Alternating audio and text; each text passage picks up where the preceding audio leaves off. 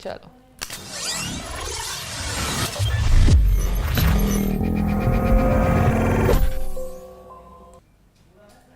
नमस्कार, आप देख रहे हैं एनएमएफ न्यूज। मैं आपके साथ शबनम और मेरे साथ हैं अभिषेक पुंडीर।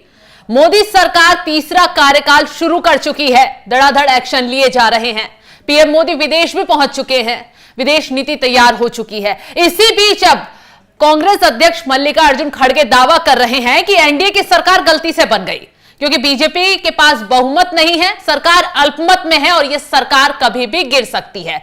अभिषेक, जिस तरीके से मल्लिकार्जुन खड़गे ने कहा है, तो वाकई में ये बयान जो है एक चुटकुला कहा जा सकता है। देखिए, ख्याली पुलाव अगर इसे कहेंगे तो ज्यादा बेहतर रहेगा, क्योंकि ख्याली पुलाव पकाने के ना तो पैसे देने पड़ते हैं और ना ही उसके लिए कुछ खर्चा करना पड़ता है।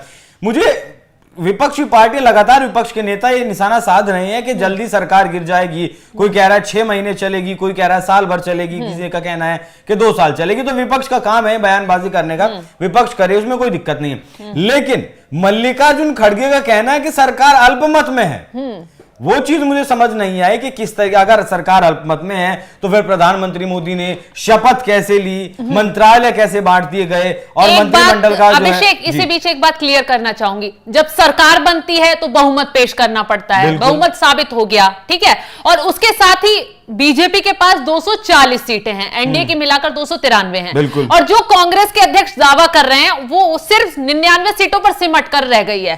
तो वो ऐसी जीत का अभी भी जश्न मना रहे हैं जैसे सत्ता में कांग्रेस आ गई हो।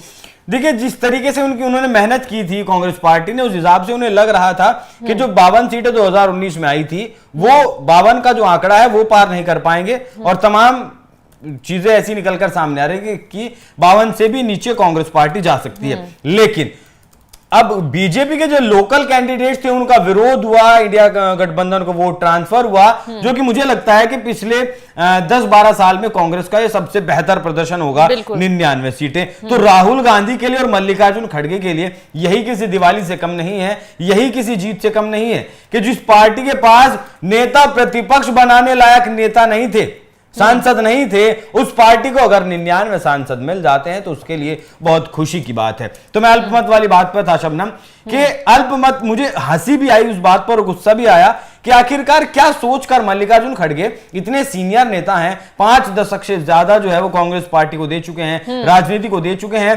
पता नहीं अल्पमत में कैसे। लेकिन अगर मल्लिकार्जुन खड़गे को लगता है कि कल, मतलब आने वाले वक्त में, टीडीपी टूटकर, नीतीश कुमार टूटकर या चिराग पासवान टूटकर 234 में आकर मिल जाएंगे और 272 का आंकड़ा वो पूरा कर लेंगे, तो ऐसा होना असंभव है। बिल्कुल असंभव। हाँ, मतलब जिस काम की थोड़ी बहुत होती है कि आप कल्पना कर सकते हैं, गुंजाइश होती है, लेकिन से परे। हाँ, ऐसे ही कोई गुंजाइश नहीं है। मैं एक बार चाहूंगा हमारे साथी से कि वो एक बार मल्लिकार्जुन खड़गे को सुनवाए भी, क्या कुछ कहा मल्लिकार्जुन खड़गे ने। क्या है, हम तो देखो, एनडीए गवर्नमेंट गलती से बनी हुई है।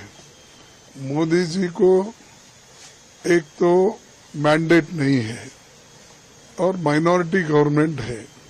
ये गवर्नमेंट कभी भी गिर सकती है। अब देखेंगे, हम ये नहीं बोलेंगे कि अच्छा, हम तो ये कहेंगे अच्छा चलने दो, देश के लिए अच्छा होने दो, देश मजबूत बनाने के लिए हम सब लोग मिलके काम करना चाहिए। लेकिन हमारे प्राइम मिनिस्टर की आदत ये है कि जो चीज ठीक से चलती है उसको चलने नहीं देते। लेकिन हमारे तरफ से हम पूरा देश को मजबूत करने के लिए कोऑपरेट करेंगे। येडियुरप्पा और वारंट इशू, उसके बारे में आपसे क्या राय है? Sir, leader of opposition party किसको बनना चाहिए, उसके बारे में आपसे क्या राय है? ऑलरेडी हमारा आया ना, देखेंगे।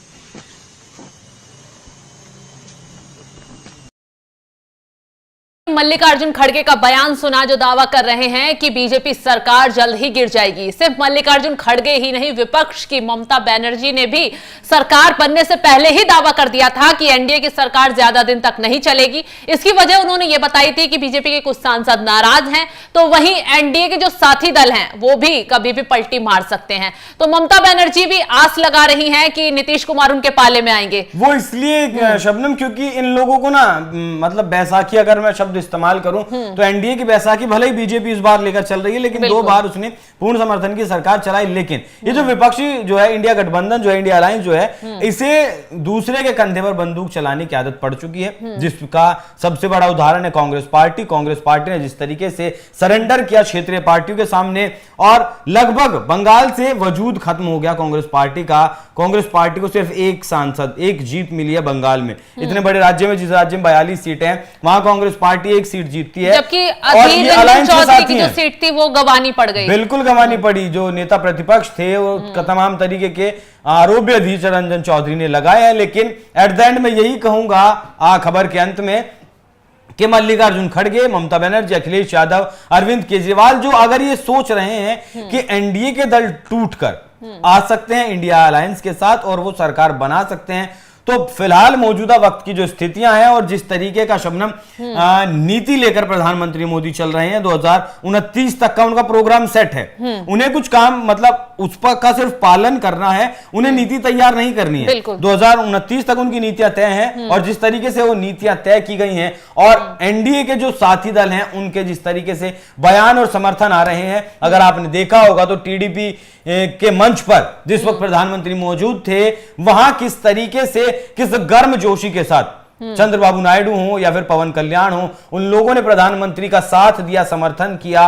और वो जो तस्वीरें वहां से सामने आई थी जब चंद्रबाबू नायडू ने शपथ ली, तो ऐसे में मुझे नहीं लगता कि किसी भी बात को लेकर कोई भी विवाद इनके बीच 5 साल के भीतर हो सकता है। अभिषेक, इस दौरान एक तस्वीर और सामने आई थी कि जैसे विपक्ष दावा कर रहा है कि नीतीश कुमार टूटकर जा सकते हैं, चंद्रबाबू नायडू टूटकर जा सकते हैं। हालांकि नीतीश कुमार खुद प्रधानमंत्री मोदी से ये कहते नजर आ रहे थे कि आप शपथ जल्दी ले लीजिए, आप प्रधानमंत्री के आप 9 तारीख डिसाइड कर रहे हैं, 10 तारीख डिसाइड कर रहे हैं, ऐसा कीजिए, आज ही शपथ ले लीजिए। उस दौरान जब संसदीय दल की पहली बैठक हुई थी, तो जो विपक्ष अभी भी दावा कर रहा है नीतीश कुमार के जरिए जो राजनीति खेलने की कोशिश की जा रही है, माहौल बनाने की कोशिश की जा रही है कि वो पलटू राम है, कभी भी पलट देते हैं, इस बार तो नीतीश कुमार ने ही तमाचा मारने का काम कर दिया है कि वो किसी के साथ नहीं जाएंगे, बल्कि वो एनडीए में आकर खुश हैं। जो वो चाहते थे, नीतियां चाहते, वो जो उनका भाव प्रधानमंत्री के मोदी के लिए जो है, वो उन्होंने जब वो पैरों की तरफ पैर छूने के लिए झुके थे और वो जो तस्वीर सामने आई थी उसने